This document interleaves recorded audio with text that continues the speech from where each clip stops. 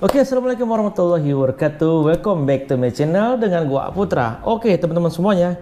Jadi hari ini gua kedatangan tamu yaitu ex dari Aramco. Oke, jadi beliau ini adalah ex dari Aramco, dimana yang sudah berlayar dari Aramco dan sudah lulus exam juga gitu. Jadi hari ini beliau ingin memberikan tips ataupun cara untuk menghadapi wawancara ya gitu kan, terus untuk marlin test dan juga exam di kapal. Tapi mungkin ini ada bab-bab tertentunya ya, nanti gua akan bikin per 10 menit ataupun 15 menit untuk satu konten ini. Oke teman-teman, jadi nanti teman-teman semuanya siapkan ya ballpoint ataupun kertas untuk bisa dicatat ya. Nah kebetulan yang di depan gue ini adalah Mr. R. Namanya nggak mau dikasih tahu. Takutnya nanti plot-plot pada ngejar-ngejar dia, pada minta jawaban ya kan, gitu. Nah di konten gue ini gue akan mengulas tuntas gitu kan dengan Mr. R, ya kan, engineer. Nah ya udahlah, ntar kesebut namanya nggak enak lagi ya kan. Ntar teman-teman pada tahu semua ya kan. Oke, Mr. R, langsung gua masuk ke titik poin, yaitu yang pertama adalah Bas. Mungkin pengalaman Bas R dulu ya. Di Aramco itu areanya bagaimana? Mungkin sedikitnya. Kita bicara area di Aramco ya. Iya. Saya dulu pertama kali datang dari Dubai itu sekitar 2021 bulan Maret. Pertama kali datang di Restanura untuk prepare on hire kapal. Oke. Nah, 2021 di situ saya dikasih waktu sama klien itu untuk persiapkan kapal prepare on hire sekitar 1 sampai 2 bulan. 2 bulan. Nah, kurang lebih seperti itu. Di samping untuk prepare kapal juga, dari pihak klien pun juga pasti ngasih tahu ke krunya, Iya. ke kita semua yang ada di kapal untuk persiapan kayak marlin, exam dan lain-lain. Iya. Tapi sebelum sampai ke marlin juga nanti akan datang biasanya perwakilan dari office dari klien tuh, kayak superintendent, per captain, terus kepala project. Ini akan datang ke kapal untuk ngecek kondisi kapal kita. Oh gitu ya. Nah, di situ kita juga termasuk pra-exam Pak. Oh masih pra-exam ya. Pra-exam itu superintendennya mereka. Cuma nanti dulu ya, pokoknya intinya nanti teman-teman bisa kita jangan masuk ke situ dulu. Oke. Pokoknya masuk kemarin area Aramco itu bagaimana? Kalau menurut saya ya, kalau di mana-mana untuk berlayar sama saja sih Pak. Oh, cuma sama kalau aja. untuk Aramco saya lebih ngerasa enak. Iya. Karena dalam artian itu kita kerja itu memang benar-benar safety. Yang kedua kita benar-benar pakai aturan yang memang untuk kita selamat gitu. Udah ada rulesnya ya. Nah, harusnya kita harus ikutin. Pokoknya kalau kita ngikut rules itu pasti enak. Nah di Aramco ini, kalau dari beberapa orang bilang, oh ribet, oh ini. Tolong teman-teman juga saya kasih tahu ya, mindsetnya harus dirubah gitu loh. Nah gitu teman-teman, jadi mindsetnya harus dirubah, jangan sampai takut. Iya, satu takut, yang kedua grogi, yang ketiga itu panik lah. Oh jangan panik, don't panic. Nah, satu malah panik gitu. Iya, jangan panik, pokoknya semua ya panik ya grogi lah ya. Iya, Pak. Grogi, ya kan, terus juga harus berani teman-teman gitu. Oke. Mungkin gua akan langsung masuk ke inti ya, Bas R ya. Oke. Boleh. Jadi mungkin Bas R ini akan memberitahukan tips dan gua sudah membuat konsep, yaitu 3 konsep, yaitu untuk tips menghadapi interview dengan cepat dengan owner. Dan kedua, tips mengisi marine test online ketika di rumah. Ya, Iya. di rumah, dan juga tips untuk menghadapi exam di kapal. Seperti itu teman-teman. Jadi teman-teman juga sebenarnya nggak perlu exam ke tempat itu. Perlu nggak sih exam Marlin itu di tempat training center itu? Kalau menurut saya tetap perlu, Pak. Oh, tetap perlu ya? Tetap perlu, kita tetap perlu datang ke sana, kita tetap perlu belajar karena kita kan semuanya basicnya bukan dari sekolah sastra Inggris. Oh iya. Karena kalau kita sudah sastra Inggris, nggak apa-apa, TOEFL pun kita bisa hadapi kan. Iya. Tetapi hal itu perlu juga. Kenapa? Karena terkadang kita itu kan bahasa Inggris asal yang penting yes aja gitu. Yes. Kalau tahu yes aja pokoknya, nggak tahu yes aja lah. Yes, Nah itu yang paling parah. Jadi di tempat training center itu juga nanti mereka akan kasih tips sama trik juga. Jadi teman-teman perlu juga. Tapi di sini yang saya mau tekankan ke teman-teman semua, tanpa kesana pun masih bisa dengan catatan teman-teman punya niat, teman-teman luangin waktu, teman-teman semua itu mau fighting buat project ini loh. Oke, siap. Itu paling penting banget itu loh. Oke. Siapin ballpoint dan kertas. Mungkin teman-teman bisa ya kalau misalkan ada yang penting bisa dicatat ya, Bas ya. Oke, Bas. Untuk tips menghadapi interview dengan owner yang biasanya kan menurut kita wah pasti sama owner bisa setengah jam, 1 jam. Nah, ini Bas R menghadapi interview yang mengiranya setengah jam, 1 jam bisa 10 menit teman-teman. Tipsnya, Bas? Kalau tips pertama, kita mau interview dengan ship owner atau dengan superintendent atau port captain atau dengan crewing, yang paling pertama tujuan mereka interview kita itu apa? Pasti dia mau tahu tentang knowledge kita. Karena kita mau jual apa sih pelaut kalau nggak knowledge yang satu, yang kedua skill kan. Yang paling penting 2 ini dulu teman-teman. Itu paling penting 2 ini kan. Sekarang bagaimana kita expand ke crewing ini kalau kita nggak bisa bahasa Inggris? Berarti yang paling penting satu bahasa, Pak. Iya. Bahasa Inggris. Nah, yang kedua tidak perlu panik, biasa saja. Terkadang teman-teman interview belibetan sampai diulang-ulang, terlalu banyak diam juga, terlalu sampai dia tanya lagi. Diusahakan jangan sampai terjadi seperti itu. Biasanya kalau dengan crewing dia akan tanya please tell about yourself. Jawaban kita apa? Jadi kalau kita kasih tahu ke dia, ke crewing itu dengan sangat jelas, oh saya Mr. R, saya jabatan ini, saya pekerjaannya ini, di kapal kemarin saya seperti ini, responsibility-nya begini, perusahaannya ini kan. Itu pasti dia akan tahu, oh ini Mr. R punya kelas 2 atau punya kelas 1. Dia kemarin kerja di kapal supply misalnya kan. Setelah itu kemarin di sana pas dia jadinya second engineer. Setelah jadi second engineer, kerjaan second engineer itu apa? Nah, terus yang paling penting itu untuk ke crewing sementara ini dulu. Nanti crewing pasti akan langsung bypass. Oh ya, saya kasih kamu waktu 10 menit ya, saya panggil technical superintendent untuk interview kamu. Nah, pada saat dengan superintendent, terkadang hal itu nggak ditanyakan lagi. Tapi dia bisa langsung lompat ke lebih prepare kayak masalah ke mesin atau mungkin ke perusahaan atau mungkin apa.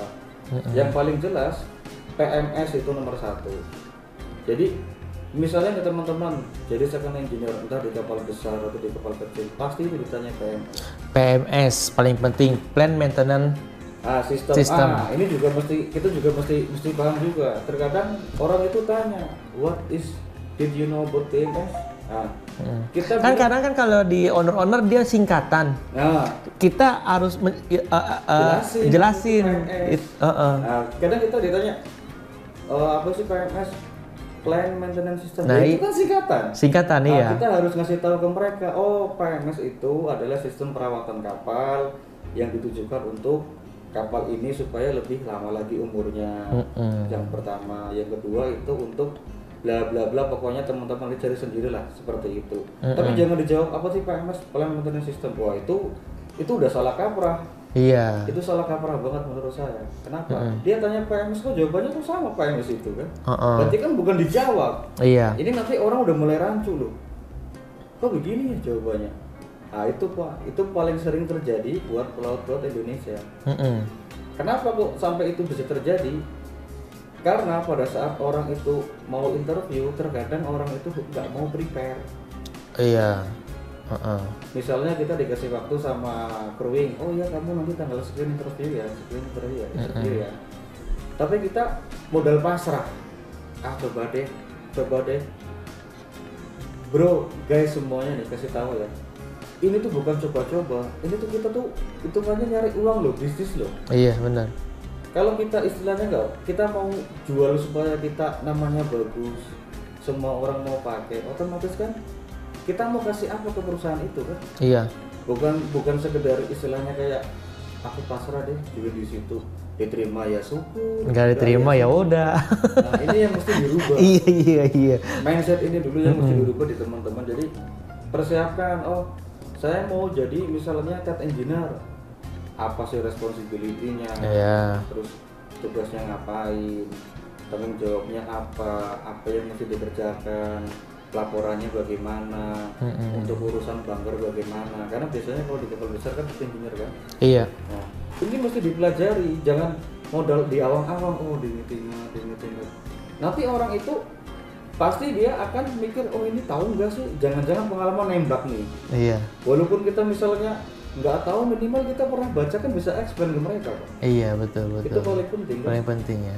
Makanya ketika saya beberapa kali interview dengan orang-orang luar, orang-orang bule, entah orang China, entah orang Korea atau orang Singapura manapun, saya bisa dengan cepat karena yaitu saya explain, oh saya second engineer, saya kelas 2 di perusahaan kemarin, saya jadi second engineer, saya punya ijazah kelas 2, pekerjaan saya kemarin responsibility-nya ini dijelaskan. Di sana juga saya bikin report. Selain report saya juga assist chief engineer untuk bunker, untuk apa. Selain itu, saya juga pada saat mau kerja menggunakan PPE yang lengkap, apa yang lengkap itu kan. Setelah PPE semuanya dijelaskan di situ, baru kita larinya ke reportnya. Ini sebelum dikerjakan seperti ini reportnya, reportnya seperti ini. Makanya saya bisa interview yang tadinya misalnya 1 jam 2 jam, dipangkas tuh setengah jam, karena dia tahu, oh iya ini masinis bagus nih, dia di kapal kemarin aja begini. Nanti orang itu hanya akan tanya, lompat langsung ke bagian kerusakan. Oh, bagian kerusakan. Iya, nanti kalau sudah ke bagian kerusakan, udah otomatis kita bisa jawab, pasti selesai itu. Kadang dia kasih satu pertanyaan, contohnya begini, kalau generator hunting gitu kan, dia goyang, apa, ya otomatis apa R-nya lah, tinggal bilang aja, oh apa rusak ini, udah selesai itu aja paling. Oke. Karena kita di depan udah kasih tahu ke dia, kalau saya mau kerja pakai PPE lengkap, setelah pakai PPE lengkap, habis itu kita laporin, kita tulis di logbook, kita bikin laporan reportnya semuanya, kita lapor ke chief engineer apa yang kita kerjakan. Istilahnya kalau di Indonesia orang bilang itu tertib administrasi. Kenapa harus seperti itu? Apabila nanti ada insiden atau ada apa, ketika itu rekodnya nggak ada, kita akan dituduh sama orang kantor, kamu di kapal ngapain aja. Betul, benar. Tapi kalau poin ini sudah dapat semuanya, orang itu nggak akan tanya banyak-banyak lagi. Oh ini masinis bisa kerja, dia tahu yang harus dia lakukan, ya udah, gak usah lama-lama lah, oke. Iya. Waktunya nih. Jadi memberikan jawaban yang jelas, padat. Iya, istilahnya seperti itu Pak. Dan konkret. Itu kan udah lengkap banget tuh. Teman-teman nanti mau copy kata-kata saya, atau saya misalnya, saya Pak Putra, saya COC kelas 2, pengalaman saya di kapal ini selama sekian bulan, itu harus di-explain semuanya. Harus di-explain ya? Iya. Tapi kalau misalnya orang itu hanya tanya last vessel, ya terangkan last vessel itu sedetail-detailnya, termasuk project kita, atau mungkin pada saat kita safety meeting, semuanya untuk perawatan, pokoknya di-explain semuanya. Kita capek ngomong di awal panjang, tapi kan pasti bisa diringkas tuh. Iya. Daripada kita jawabin orang satu, ditanya ini baru jawab, tanya ini baru jawab. Ya Iya. pantas sana lebih dari 2 jam. Oh jadi sebelum owner memberikan pertanyaan, kita harus ini dulu, apa namanya, explain semua yang Iya, explain yang pernah kita kerjakan di atas kapal. di atas kapal. Iya. Dan trouble yang pernah kita kerjakan. Betul Pak, itu lebih bagus lagi. Oh saya di situ pernah ngalamin ini, begini. Itu nanti orang akan berpikiran bahwa oh saya nggak salah menginterview orang ini orang memang ada value-nya. Kita mau pakai. Dan buat teman-teman juga harus ingat loh, kita ini kan pelaut, kita itu kan sumber devisa negara. Kalau kita sudah bicara ke luar negeri, jangan bicara lagi masalah pribadi. Iya. Ini yang kita bawa itu nama negara, nama Indonesia kan. Iya betul. Jangan sampai pelaut kita di sana nanti, wah ini pelaut Indonesia bahasanya jelek. Iya benar. Karena Bapak pasti nggak cuma 1 kali 2 kali ketemu yang seperti itu kan. Iya betul. Ketika dia bicara bahasa Indonesia, menjelaskan masalah project bisa, begitu meeting dengan orang bule, dengan kapten yang bukan dari Indonesia, dia akan bingung ini maksudnya apa ya? Apa ya? Bagaimana bisa dengan kemampuan seperti itu kita minta gaji yang besar, kan nggak mungkin. Oh iya. Oke gitu, jadi teman-teman semuanya itu adalah tips untuk menghadapi interview di mana yang kita kira akan 1,5 jam sampai 1 jam, tapi ya bisa sampai ya 10 menit ataupun 15 menit gitu teman-teman. Jadi kita ringkas ya dengan jawaban yang sangat padat, jelas, dengan pengalaman masing-masing, ya kan. Terus jika ada trouble ya dijelaskan. Nah ini gitu satu ya. lagi nih. Oke, satu lagi. Ini juga Catat. teman-teman nih. Oke. Kalian tulis di buku atau di kertas manapun tentang semua itu, coba dihafalin, ngomong di atas kaca. Saya nama siapa. Jangan sampai terlihat kaku bagaimana caranya. Karena saya juga dulu dikasih tahu sama orang yang lebih senior untuk melakukan hal itu. Oh, dikasih tahu juga. Iya, coba kamu ngomong di depan kaca bahasa Inggris itu kan. Coba terusin aja. Iya. Kadang sambil mandi, kadang saya juga ngomong juga. Lama nggak apa-apa, yang penting saya mau coba. Dan kadang pernah juga lagi mau sisiran atau apa, dilihatin orang ini orang gila, bodoh amat, jangan dipikirin. Iya, oke. Itu mungkin ada yang ngelakuin itu juga. Kalau yang pernah ngelakuin nanti tulis di komentar lah, kita bikin grup sendiri nggak apa-apa. Iya benar betul. Ntar nanti bikin. Oke, gitu aja teman-teman semuanya. Jadi itu untuk menghadapi si interviewer ya. Jadi teman-teman harus bisa bisa menjual value. Iya gitu. Oke, gua akan lanjut ke part 2 dan terima kasih yang sudah nonton. Assalamualaikum warahmatullahi wabarakatuh.